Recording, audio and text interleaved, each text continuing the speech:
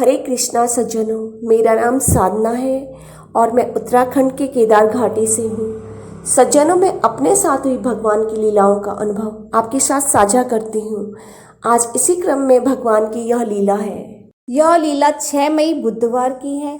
सुबह का 7 बज रहा था। 2020 की यह लीला है।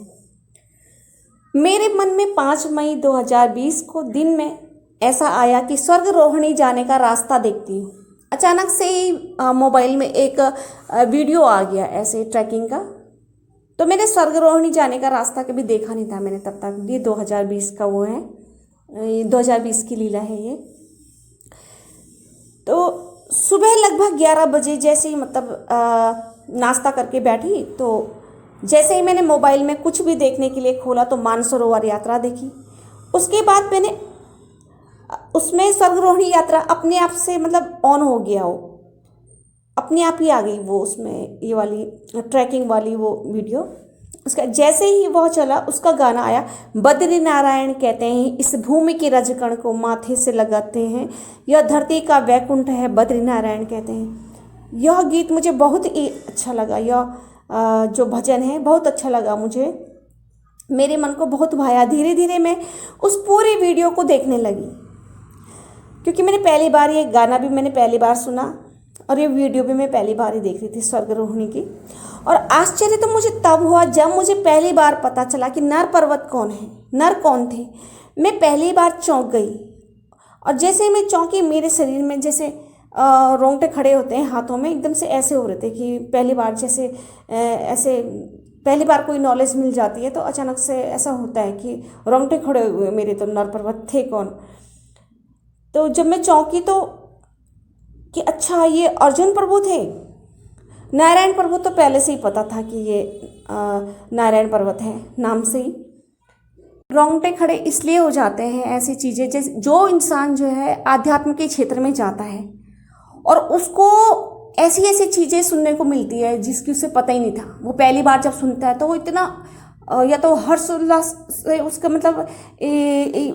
ये शरीर की स्थिति ऐसी हो जाती है कि रोंगटे खड़े हो जाते हैं कि पहली बार सुना है, क्योंकि वो इतना आस्तिकता में आगे चला गया है, घुस गया उसमें, कि उसको एक एक चीज़ जानने की उत्सुकता है। तो जब मुझे पहली बार ऐसे पता चला कि नर पर्वत कौन थे, तो मैं खुशी से इतना खुश हो गई मैं अंदर से कि मैं क्या कहूँ। तो जब मुझे पता चला तो मुझे और भी इस वीडियो को और भी रुचिकर लगा मुझे देखने में। मैंने कहा मैं इसे पूरा देखूंगी। तो जैसे जैसे उसमें स्वर्गरोहिणी यात्रा की पूरी वीडियो मोबाइल पर जब मैं देख रही थी तो उसमें नर पर्वत की तपस्या का उसमें मैंने उल्लेख सुना। असीम प्रसन्नता हुई। नर पर्वत भी देख रही थी। शायद अर्जुन प्रभु ने तभी उसके सुबह मुझे दर्शन देकर कृतार्थ किया।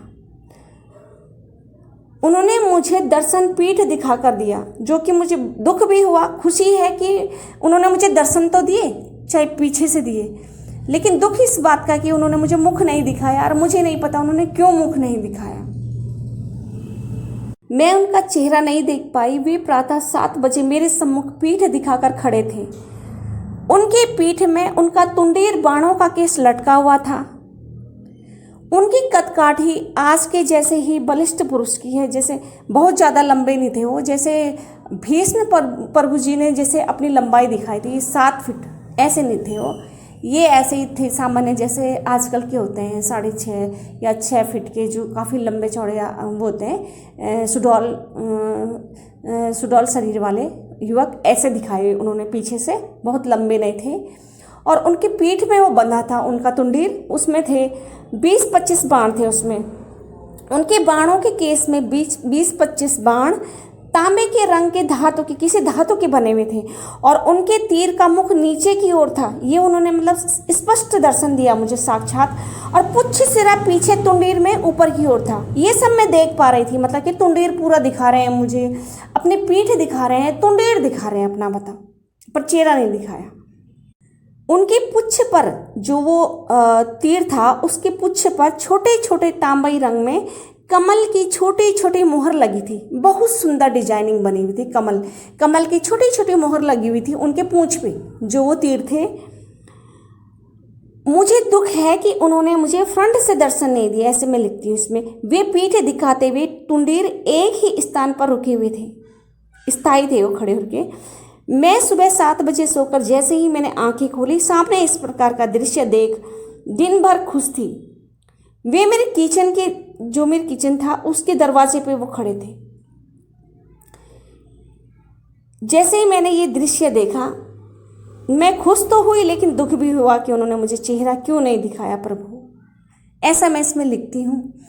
तो उस दिन ये तो मैं समझ गई थी कि ये अर्जुन भगवान ही है, क्योंकि उस दिन मैं नर पर्वत को लेके काफ़ी वो थी, बहुत प्रफुल्लित थी मतलब हृदय से, क्योंकि मुझे पहली बार पता चला था कि नर कौन है इसमें।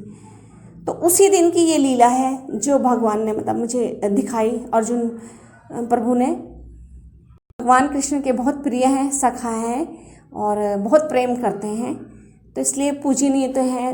कृष्ण के ही रूप मानती हूँ मैं तो सभी को, तो मेरे लिए तो बराबर की हैं। बहुत मतलब वो उनके लिए भी इतना ही है प्रेम जितना अपने आराध्य के लिए है, कोई अंतर नहीं है मेरे हृदय में।